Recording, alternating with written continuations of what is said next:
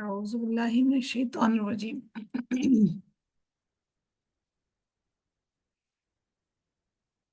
اللہ تعالیٰ ارشاد فرماتے ہیں ان لوگوں کے بارے میں کہ کیا یہ یہ انسان اچھا ہے جو جو شخص وطی ہے اللہ تعالیٰ کا اور اپنے دن کی ساری گھڑیاں اللہ تعالیٰ کی اطاعت میں گزارتا ہے، اور رات کی گھڑیوں میں وہ صرف سجدے کرتا ہے اور قیام کرنے والا ہے، آخرت سے ڈرتا ہے اور اپنے رب کی رحمت کی امید بھی رکھتا ہے۔ اے نبی، آپ کہہ دیں کہ کیا وہ لوگ جو جانتے ہیں اور جو نہیں جانتے دونوں برابر ہوتے ہیں؟ یقیناً نصیحت تو صرف عقل والے ہی قبول کرتے ہیں۔ آپ کہہ دیں کہ اے میرے بندو جو ایمان لائے ہو، اپنے رب سے ڈر جاؤ، ان لوگوں کے لیے جنہوں نے اس دنیا میں نیکی کی بڑی بھلائی ہے، اور اللہ تعالیٰ کی زمین بڑی وسیع ہے۔ یقیناً صبر کرنے والوں کو ان کا اجر بغیر حساب کے دیا جائے گا۔ سبحان اللہ، کہ اللہ تعالیٰ اجر کرنے والوں کو ان کا بدلہ بغیر حساب کے ان کو عطا کرے گا، یعنی کہ ان لمیٹڈ ان کو ملے گا، اتنا زیادہ اللہ تعالیٰ دے گا، اور بغیر حساب کے اللہ تعالیٰ ان کو جنت میں داخل کر دے گا۔ تو صبر کرنا کتنی بڑی بات ہے کہ اللہ تعالیٰ فرماتا ہے کہ اللہ تعالیٰ صبر کرنے والوں کو ان کا اجر بغیر حساب کے پورا پورا دے گا۔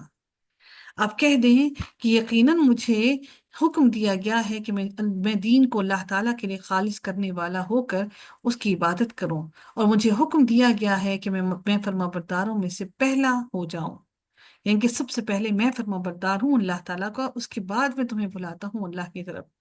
آپ کہہ دیں کہ اگر میں اپنے رب کی نافرمانی کروں تو یقیناً میں ایک ہولناک دن کے عذاب سے ڈرتا ہوں۔ آپ کہہ دیں کہ میں اللہ تعالیٰ کے لیے اپنے دین کو خالص کرنے والا ہو کر اس کی عبادت کرتا ہوں، چنانچہ تم اس کے سوا جس کی چاہو عبادت کرو۔ اے نبی، آپ کہہ دیں کہ یقیناً خسارہ اٹھانے والے وہ ہیں جنہوں نے اپنے آپ کو اور اپنے گھر والوں کو قیامت کے دن خسارے میں ڈال دیا، جو دنیا میں تو کماتے رہے لیکن اپنے آپ کو اور اپنے تمام گھر والوں کو اللہ سے نہیں ڈرایا، اور سب کو قیامت کے دن جہنم میں داخل کروانے کا موجب بنے۔ وہ سب سے بڑے خسارے میں ہیں۔ سن لو، یہی کھلا خسارہ ہے۔ ان کے اوپر بھی آگ کے سائبان ہوں گے، اور ان کے نیچے سے بھی۔ یہ وہ عذاب ہے جس سے اللہ تعالیٰ اپنے بندوں کو ڈراتا ہے۔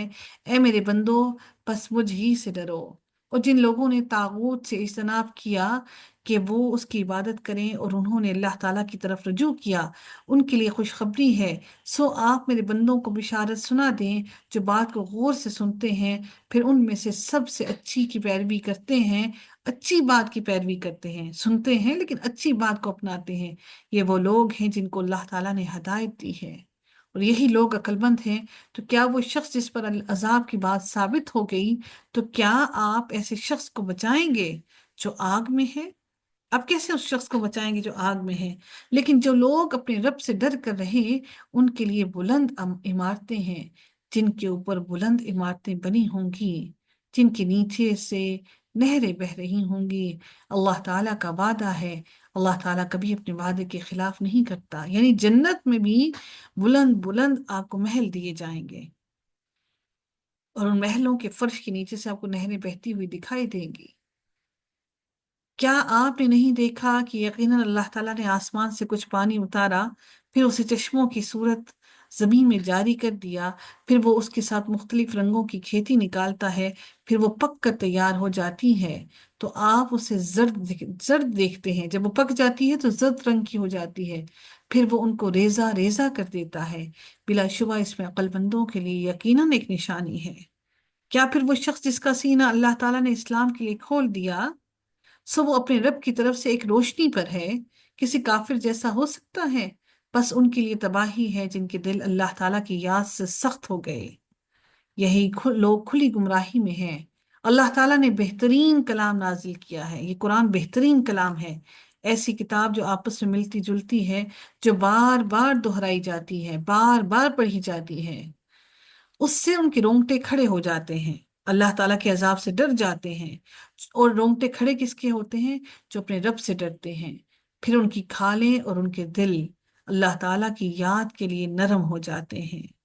جب ہمارا جسم جھکتا ہے، اللہ تعالیٰ کے آگے سجدہ کرتا ہے، تو ہماری کھالیں نرم ہوتی ہیں اور ہمارا جسم جھکتا ہے، فلیکسیبل ہو جاتا ہے۔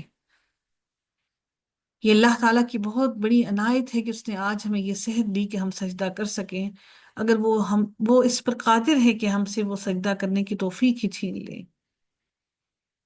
کہ اللہ تعالیٰ کی ہدایت ہے، اس سے وہ جس کو چاہتا ہے ہدایت دیتا ہے، جسے وہ چاہتا ہے گمراہ کر دیتا ہے، تو اس کے لیے کوئی ہدایت دینے والا نہیں۔ تو کیا وہ شخص جو اپنے چہرے کے ساتھ قیامت کے دن برے عذاب سے بچے گا، وہ جنت والے کی طرح ہو سکتا ہے؟ اور ظالموں کے لیے کہہ دیا جائے گا کہ چکھو جو تم کمایا کرتے تھے، ان سے پہلے لوگوں نے بھی جھٹلا دیا تو ان پر عذاب آیا جہاں سے وہ سوچتے نہ تھے، بس اللہ تعالیٰ نے انہیں دنیا کی زندگی میں رسوائی کا مزہ چکھایا، دنیا میں رسوا کر دیا اللہ نے ان کو، اور یقیناً آخرت کا عذاب زیادہ بڑا ہے، کاش کہ وہ جانتے ہوتے۔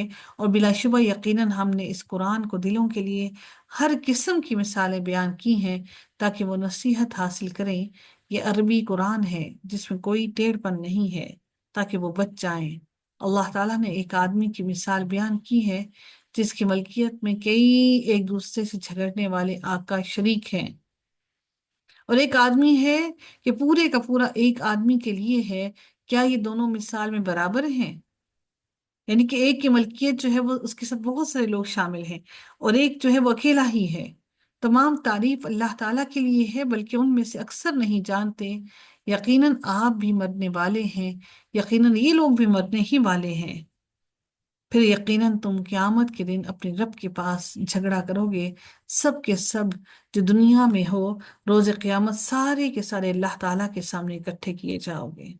وآخر دعوانا ان الحمد للہ رب العالمین، صلی اللہ تعالی علی خیرہ خلقہ اجمعین، برحمتک یا ارحم الراحمین، رب ارحمہما کما ربیانی صغیرا، اللہم اغفر للمؤمنین والمؤمنات، ربنا آتنا في الدنيا حسنة وفي الآخرة حسنة وقنا عذاب النار، وقنا عذاب القبر، وقنا عذاب الحشر، وقنا عذاب النار، آمین یا رب العالمین۔ سبحانک اللہم وبحمدک، نشہد ان لا الہ الا انت، نستغفرک ونتوب الیک۔ السلام علیکم ورحمۃ اللہ وبرکاتہ۔